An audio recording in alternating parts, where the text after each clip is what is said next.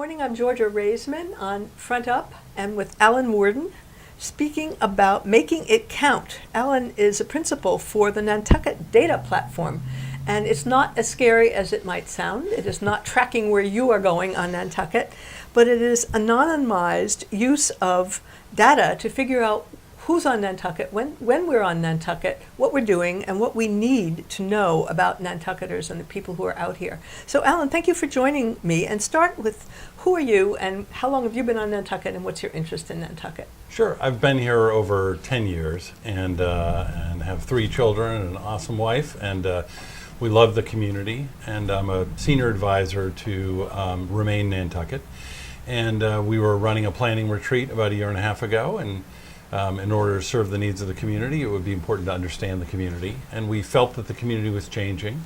And we said, maybe this year we ought to do a demographic report on who's here.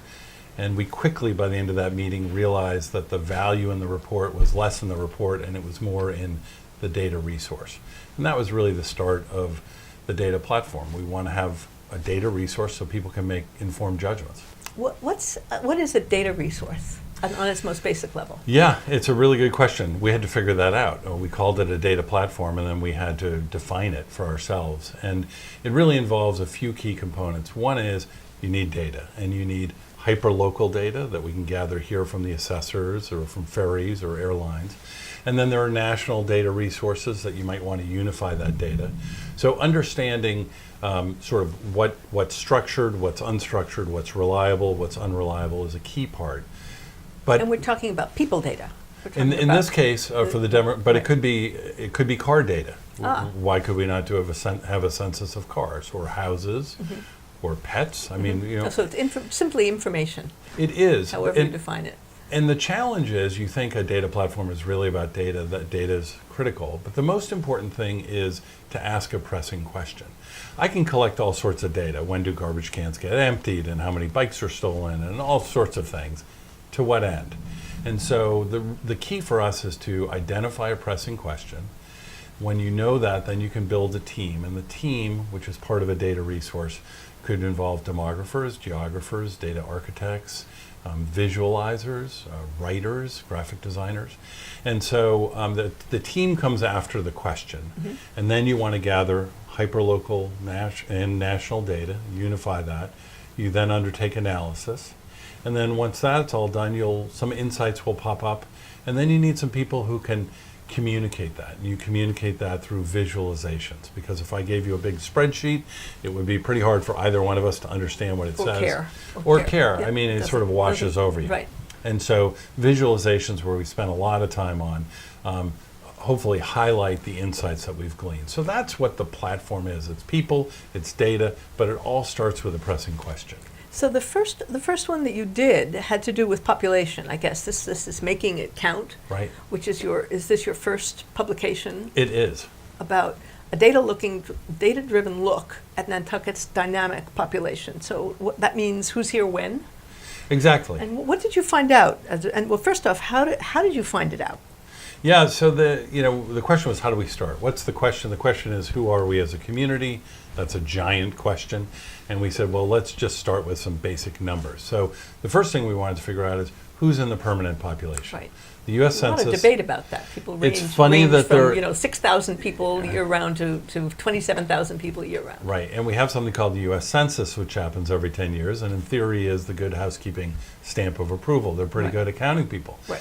And the last one happened in 2010. The next one is in 2020. What happens in between the decennial censuses, they do an estimate.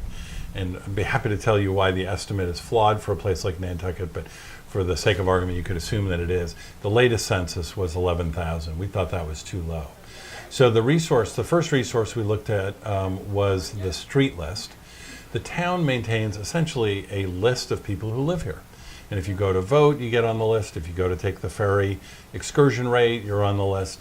And we thought that was a pretty good place to start, but not perfect, because not everyone needs to go to the town clerk's office. But we started there. There were 11,000 adults there, not children. So the street list is not homeowners.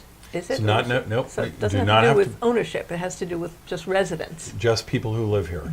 and so, who are known to the town in some way or another. Exactly. And you could live your life unknown to the town, essentially. And so you wouldn't be on the street list. But it's a start. It's more valuable to us than the census data. So we started with the street list, which only goes to adults. So leave children aside for the moment. We then went to a national resource called Civis Analytics. It came out of the Obama re-election campaign. So they have a resource of 250 million Americans, and they have 200 publicly available data points on you and me. And we said, look, take the Nantucket filter. What does it mean to live on Nantucket? You have banking here, your cell phone bill comes here, you have an address, et cetera.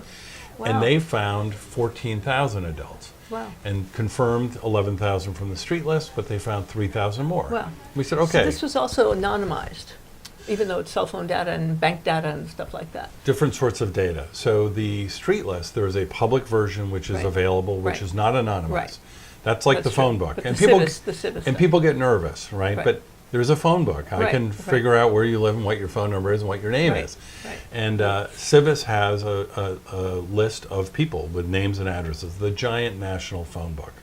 And That's they interesting. and they also have, again, commercially available data. We're often agreeing to having our information be available. Right. Civis collects it all, and all we got were names and addresses, basically. Right.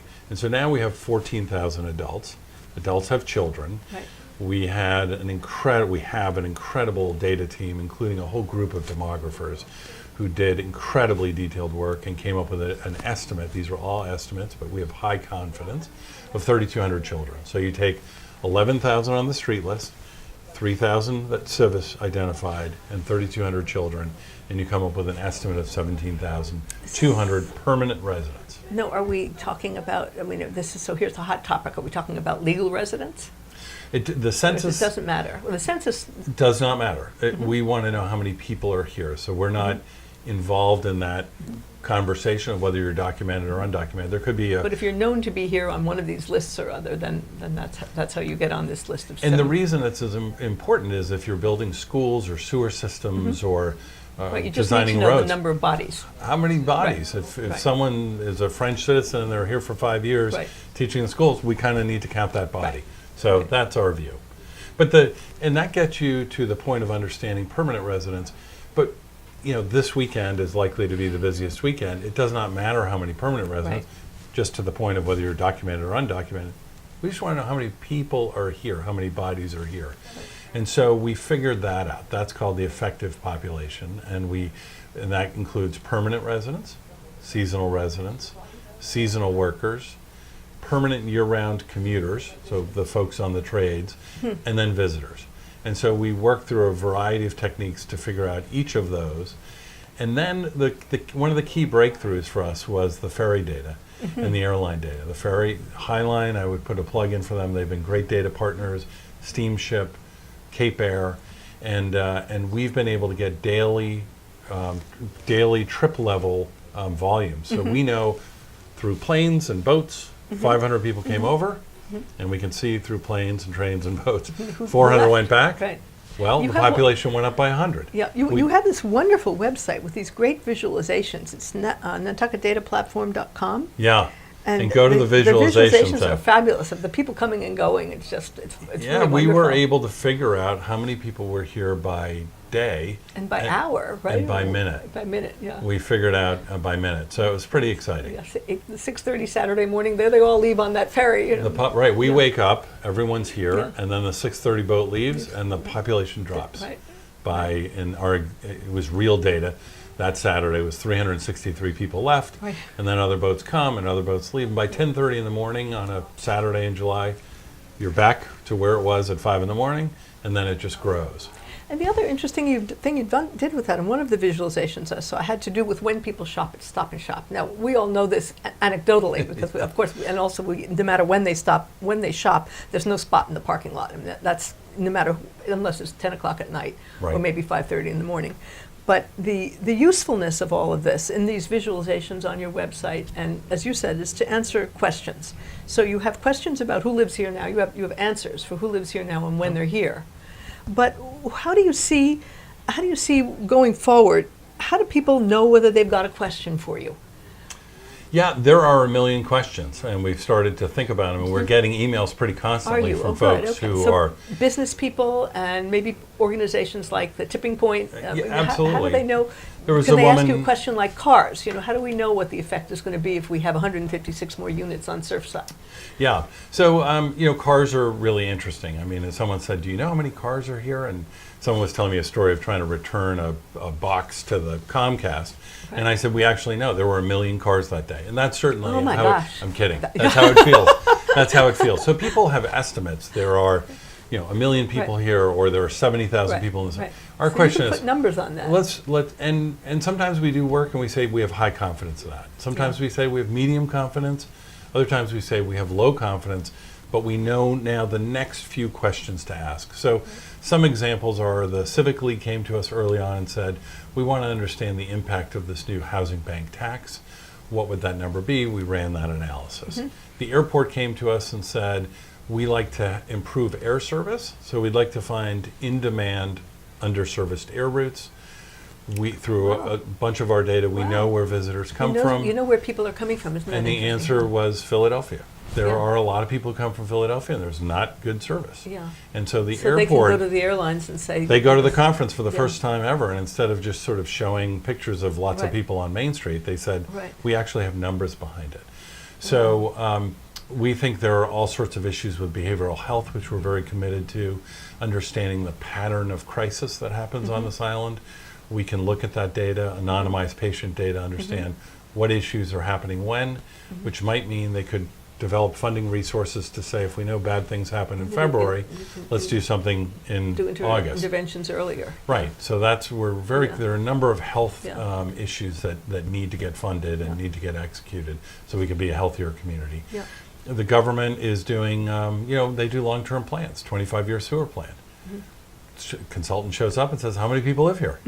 What they need to know, because they're going to design sewer pipes for the next 25 years. So people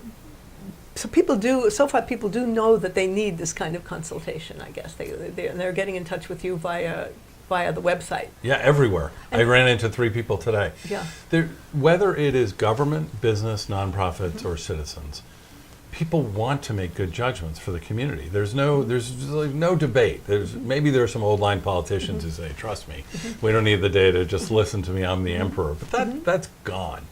And so people want, at every level, everyone we've talked to, and the problem is leaders say, when I ask them, do you have a reliable data resource? There is a pause, and then they say no, and they want one. So that's what we're trying to build. So the people behind you, the people looking at this and looking at or not behind you, with you, people looking at this and looking at your website are a lot of very high-powered data, people with a lot of very high-powered data experience. Can you, how did you happen to pull them all together? I think when you get a good idea, people get attracted to it. And yes, we have an advisory board that includes C-level folks on the data side, but we've attracted data scientists who are in their 20s in Berkeley who, it's funny, I was looking at a resume and they described the languages they knew, and I expected French, Spanish. No, it's JavaScript and it's D3 and it's, all these sort of computer languages. So there's everyone lives in a community, and they want the community to make smart decisions. And so your funding sources are private funding? I mean, people come to you with this question, are they paying for you to answer it, or is it? Yep. So Remain hired us. They were the first customer to do this study. The town has engaged us to do 3 things for them. We have a trustee program, generally high net worth folks who say, this is a really valuable resource, how can I help? Support it. So we've asked them to give us $5,000 a year for 3 years. So that gives us a little runway. The trustees have been invaluable. They don't have to come to a meeting. We just need some financial support. We don't want to spend our time raising money. We want to do the data work. So in the end, we think government is a customer, nonprofits are a customer, and businesses are a customer. We're a break even. I'm a full-time volunteer. I don't get paid. And the data folks are working for 50% off because they think this model is very interesting. So I guess another question would be, this is helpful for Nantucket, but the framework is one that could be used by other businesses elsewhere. Do you have any plans to make this, or is there a circumstance under which this kind of information could be put into a framework that could be used by other organizations or other entities or other towns elsewhere in a different, perhaps profit-making framework? Yeah, so Nantucket is the laboratory, it's the prototype. And Nantucket has a great history of innovation, whether it's the racial integration in the 1800s, or land conservation, historic preservation, bike paths. Lots of interesting things have grown here, been developed here, and gone to other communities. Part of our mandate from Remain is to go talk to other communities to see if this framework is of value. The information wouldn't be, because the information on Nantucket does not have value in Jackson Hole. But the way we think about it, identify a pressing question, gather data, build a great team, do the analysis, and create insights for another community could very much follow the same path. Every community is different, but the problems they face are not. So we will go to other communities, and in that case, we hope those might be profitable. In Nantucket, it will always be break even. Well, I look forward to hearing more and more about it, and I recommend that people go to nantucketdataplatform.com and look at these fabulous visualizations. That'd be great, and we're looking for more pressing questions, so you can email us and give us all your ideas. Excellent. Well, thank you so much for joining us. This was really great. Thanks for having me. Enjoyed talking with you personally. Yeah, it was great.